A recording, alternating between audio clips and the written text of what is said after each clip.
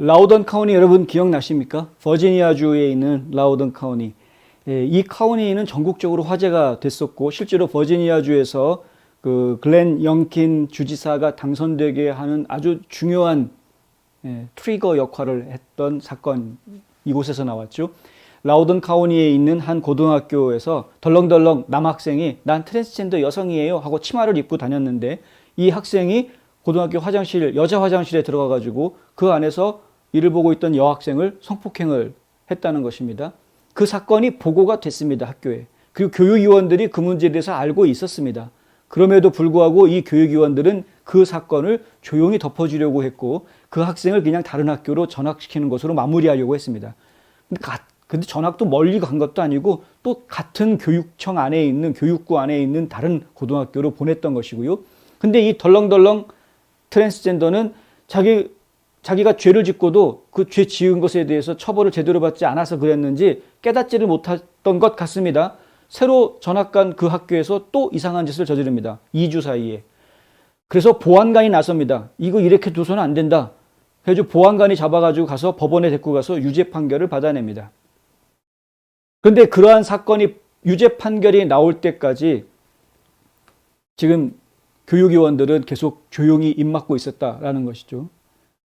라우딩 카운티 교육위원 회의가 있었을 때 이들이 바로 그들인데 교육위원 회의가 있었을 때 그 피해 여학생의 아버지가 이 교육위원 회의장에 나가서 우리 딸이 그렇게 당했는데 당신들 뭐하고 있었냐. 당신들 전부 다 해고해야 된다. 옷 벗어야 된다. 사표 내라. 소리를 쳤습니다.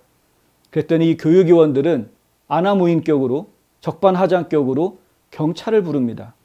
회의를 하고 있는데 신성한 회의장에서 소란을 떨고 있다. 우리를 위협했다. 경찰을 불러서 그 아버지를 체포해 가게 합니다.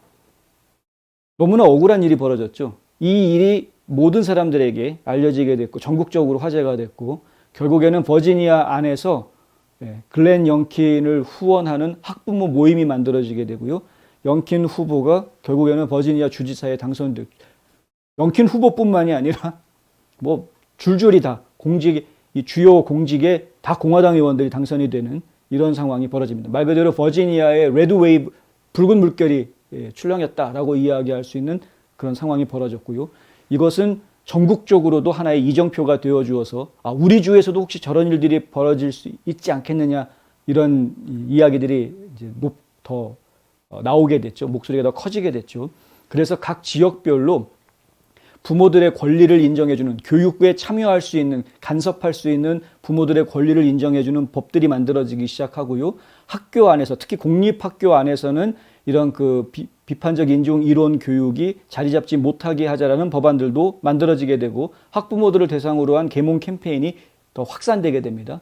여기에다가 초등학교 학생들 특히 나이가 어린 유치원에서 뭐 3학년에서 5학년 이 초등학교 학생들에 대해서는 성 정체성이라든가 성적 지향에 대한 교육 이런 것들을 금지하자라는 캠페인까지 확대가 되면서 그러면서 지금 그 전체적으로 학부모들의 이 규합이 보수 진영, 보수 정치인들한테 굉장히 큰 밑거름이 되어주고 있는 이런 형태로 지금 확산되어 가고 있는 상태가 됐습니다.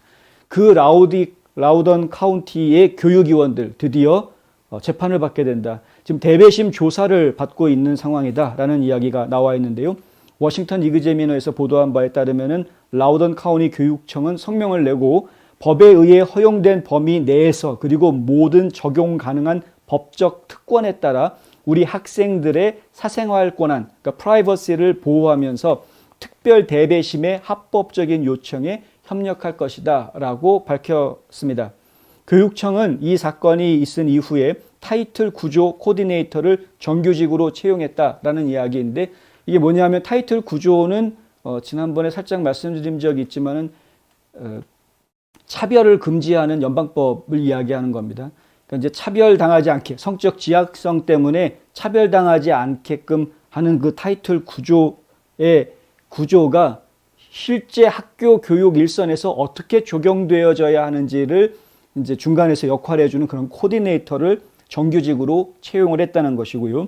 그리고 대체 학교 배치를 위해서 보다 강력한 과정을 만드는 등 몇 가지 변화를 줬다라고 교육청에서는 밝혔습니다. 또 라우던 카운티 교육청은 지난 학년 동안 제기됐던 괴롭힘과 차별 민원을 감사해서 이러한 민원이 적절하게 해결됐는지 확인했고 직원들이 성적 희롱이나 폭행과 같은 혐의를 접수했을 때 그들의 의무에 대해서 더 이해할 수 있도록 강화된 교육을 그러니까 추가 교육을 제공했다고 밝혔고요. 앞으로도 계속 이러한 노력을 펼쳐나가겠다 이렇게 발표를 했습니다. 글렌 영킨 주지사 같은 경우에도 굉장히 많은 공약들을 내세웠었는데 주지사로 취임한 이후에 제이슨 미아레스 주 법무장관에게 이 교육위원들에 대한 조사를 하라라는 행정명령을 내린 적이 있습니다. 라우던 카운티 교육위원들이 왜 학교 내에서 성폭행이 벌어졌는데 그거를 무마하려고 했었는지에 대해서 조사하라라고 이제 했던 것이고, 이 조사는 조사대로 이제 진행이 되고요. 그리고 이 학교 교육위원들이 성폭행 사건을 무마하려고 했던, 조용히 덮으려고 했던 건에 대한 대배심 조사도 계속 진행이 된다. 결국은 이제 대배심 재판이 진행이 될 것이다라는 이야기로 저희는 이해를 하고 있습니다. 워싱턴 이그제미너에서는 그 미아레스 주 법무장관한테 접촉을 해보았는데 미아레스 법무장관 사무실에서는 진행 중인 조사에 대해서는 지금 언급할 수 없다라는 답변을 내놓았다고 합니다. 어쨌든 피해자가 있었던 일이고 이건 반드시 밝혀져야 되는 일이고, 그리고 어른들이 자녀들한테 벌어진 일인데, 우리 후세 자녀들한테 벌어진 일인데 그 교육을 책임지고 있는 책임 당국자들이라고 할 수 있는 이 사람들이, 더군다나 교육위원들은 투표회에서 뽑히지 않습니까? 그럼 지역 주민들의 투표를 얻어서 선출된 사람들이 자신들의 직무를 망각하고 있었다라는 것은 분명히 짚고 넘어가야 될 부분인 건 분명한 것이고요. 이러한 그 대배심이 좋은 판결로 연결되어지기를 바라고요. 그것이 또한 전국에 있는 교육위원들한테 경종을 울리는 귀한 자극제가 되었으면 좋겠다라는 생각도 함께 합니다. 교육 일선이 무너지면, 교육은 백년지 대계라고 하지 않습니까? 교육이 무너지면 그러면은 한 세대 정도가 아니라 몇 세대에 걸쳐서 어려운 일들이 벌어지게 됩니다. 잘못 교육받은 아이들이 성장해서 이 나라를 책임지는 나이가 되었을 때 그 아이들이 이 나라를 어떻게 움직여가겠느냐. 한번 망가뜨려 놓은 것을 바로잡는데 얼마나 많은 시간과 노력이 들어가야 되는지 우리는 뼈저리게 느끼고 있습니다. 지금도 그렇게 느끼고 있고.